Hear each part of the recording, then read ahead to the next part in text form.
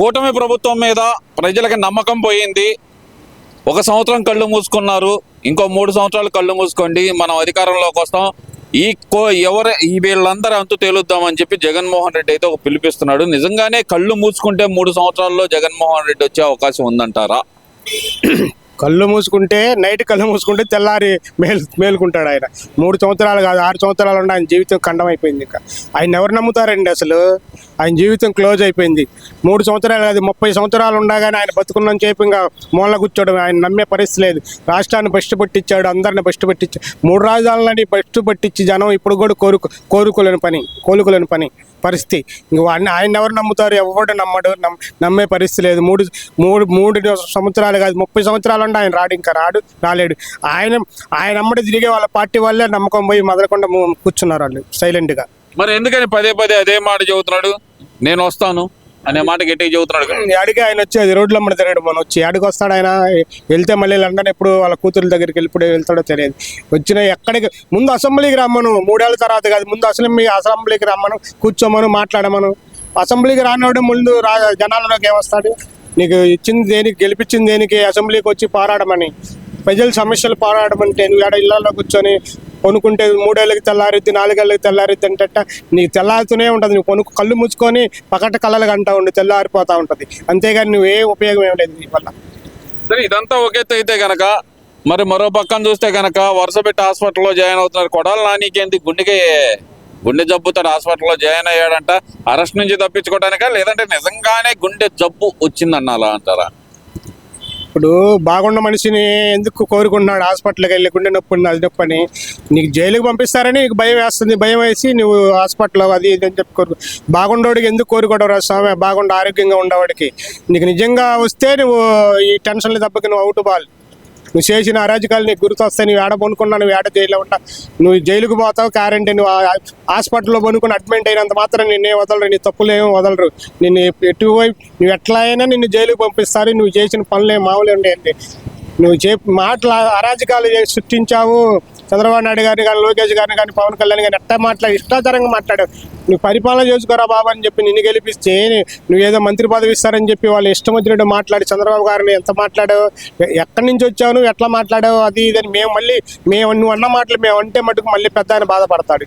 అలాంటి నీచ మాటలు మాట్లాడి నువ్వు హాస్పిటల్లో పోతున్నావు. నువ్వు ఇష్టం, నువ్వు కోరుకుంటున్నావు. నిజంగా గుండెపోటు వస్తే పోతావు, నీ ఇష్టం. అంటే ఇక్కడ ఎందుకని వీళ్ళందరూ భయపడటానికి గల కారణం ఏమనుకోవచ్చు అంటారు? ఏమంటే భయపడక ఏముందండి? చేసిన తప్పులు ఎలా ఉన్నాయి? ఆయన ఏదో 30 ఏళ్ళు వస్తాడు, 40 ఏళ్ళు జగన్మోహన్ రెడ్డిని చూసుకొని మీరు ఇష్టాచారంగా మాట్లాడారు. ఇప్పుడు ఆ చేసిన తప్పులు ఎట్లా తప్పించుకోవాలని చూస్తున్నారు. మీరు అనేటప్పుడు తెలియదు, మీరు మాట్లాడేటప్పుడు తెలియదు. మీరు ఇష్టారాజ్యంగా మాట్లాడారుగా. ఏదో ఆయన ఇచ్చే పదవుల కోసం, మంత్రి పదవుల కోసం, లేకపోతే ఇంకో పదవుల కోసం ఇష్టాచారంగా మాట్లాడారు కదా. ఇవాళ మీరు ఏం మాట్లాడినా ఏం చేసినా మీరు ఎట్లా ఊహించుకున్నా సరే జైలు పాలైపోయేది కరెక్టే. మీరు జైలు చేయటం కరెక్టే, ఖాయం. మరి వీళ్ళు ఇలా మాట్లాడిన వీళ్ళు ఒక రకమైన ఇదైతే కనుక మరి పెద్దిరెడ్డి కూడా బాత్రూంలో జారిపడ్డాడంట. ఏంటి ఈ బాత్రూంలో ఎందుకు కలిసి వస్తున్నాయి అంటారు? అప్పుడు చూసినా బాబాయ్ బాత్రూము, ఇప్పుడు పెద్దిరెడ్డి బాత్రూంలో జారిపడ్డాడు. ఏంది కథలో? ఇప్పుడు వివేకానంద రెడ్డి గారిని బాత్రూంలో చంపేశారు. అదే భయంతో ఆ బాత్రూమ్ దగ్గరికి వెళ్ళాక అదే వాళ్ళకి డౌట్లు వస్తున్నాయి, భయం వేస్తుంది. అందుకని ఆ భయంతో జారిపడ్డాడు. వివేకానంద రెడ్డి గారిని ఎట్లా చంపారు? బాత్రూంలో చంపారు. కాబట్టి వీళ్ళు ఎక్కడికి బాత్రూమ్కి వెళ్తే ఆ బాత్రూమ్ కాడికి వెళ్ళాక ఆయనే గుర్తొస్తున్నాడు. పాపం పెద్ద ఆయన అన్యాయంగా చంపారే అని చెప్పి వీళ్ళందరికీ గుర్తొస్తుంది. అందుకు కాబట్టి బాత్రూంలో పడతారు, ఏడైనా పడతారు. వాళ్ళు జీవితంలో కోలుకోలేని పరిస్థితులు అలాయి. ఏమైంది ఇక్కడ చూస్తే కనుక బ్యాంకర్ శ్యామల బెట్టింగ్ కేసులో ఒక పక్కన నడుస్తూ ఉంటాయి. దాని గురించి ఎక్కడైతే కనుక వైసీపీ నాయకులు మాట్లాడలేదు. మరో పక్కన చూస్తే విడుదల రజని చేస్తున్న కామెంట్లు, ఇంకో పక్కన చూస్తే కంటికి కనిపించకుండా వెళ్ళిపోయిన రోజా. ఏంటంటారు ఈ కథలంతా? అసలుకి ఎక్కడికైనా పారిపోతారు. పారిపోయిన వాళ్ళు మొత్తం ఎక్కడికైనా తీసుకొస్తారు. ఏమమ్మా మీరు ఆడపుట్టక పుట్టారే, మీరు ఎట్లా ఒక హోదాలో ఉన్నప్పుడు హోదా రకంగా వ్యవహరించారా? ఎక్కడో బజార్ని అనకూడదు కానీ బజార్ వాళ్ళలాగా మాట్లాడారు. కనీసం వాళ్ళన్నా మాట్లాడాలన్నా కానీ ఆలోచిస్తారే. మీరు ఇష్టాచారంగా మాట్లాడే, ఆడపుట్టక పుట్టి మీరు ఇష్టాచారంగా మాట్లాడారు.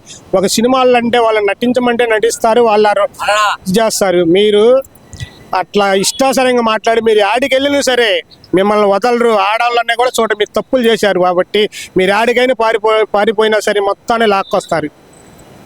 లాక్కు రావడం అయితే తప్పదంటారు. మరి ఎందుకని విడదల రజనీ సంగతి తీసి పక్కన పెట్టండి కాసేపు. ఆర్కే రోజా గత కొంతకాలంగా కనపట్టలేదు, ఏమైపోయిందంటారు?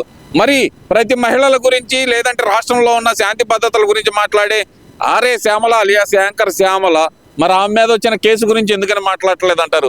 ఇప్పటికీ క్షమాపణ ఎందుకు చెప్పట్లేదు అంటారా? మరి ఎవరు రోజానా? శ్యామల అండి, శ్యామల యాంకర్. ఏమండి ఏం వాళ్ళు మేము చేసాము తప్పులు చేసాములే, ఏదో మేము ఆడవాళ్ళంలే, మమ్మల్ని ఏం చేయరు అనుకుంటున్నారు వాళ్ళు. ఆడ మగ ఏం చూడరు. కూటమి ప్రభుత్వం ఎవరినైనా లాక్కొచ్చిద్ది. నువ్వు ఆడ మూలలో ఉన్న ముసలోళ్ళ కూడా లాక్కొచ్చేసిద్ది. మీ తప్పు పక్కాగా తీసి మిమ్మల్ని మామూలుగా ఉండదు మీ వారు మీ చేసిన అరాజకాలను మొత్తం తప్పులు ఒప్పుకోండి. లేకపోతే స్టేజ్కి వెళ్ళి మేము పలానా చేశాను చెప్పి మీరందరికీ మీరే లొంగిపోండి, మంచిగా ఉంటుంది. మీ ఏదో వాళ్ళు ఎవరో మాట్లాడమంటే మేము మాట్లాడడం తప్పు పోయింది, తప్పు క్షమించండి అని చెప్పి కోర్టుకి ఒకేసారి హాజరుపడండి, మీ తప్పులు క్షమించమని.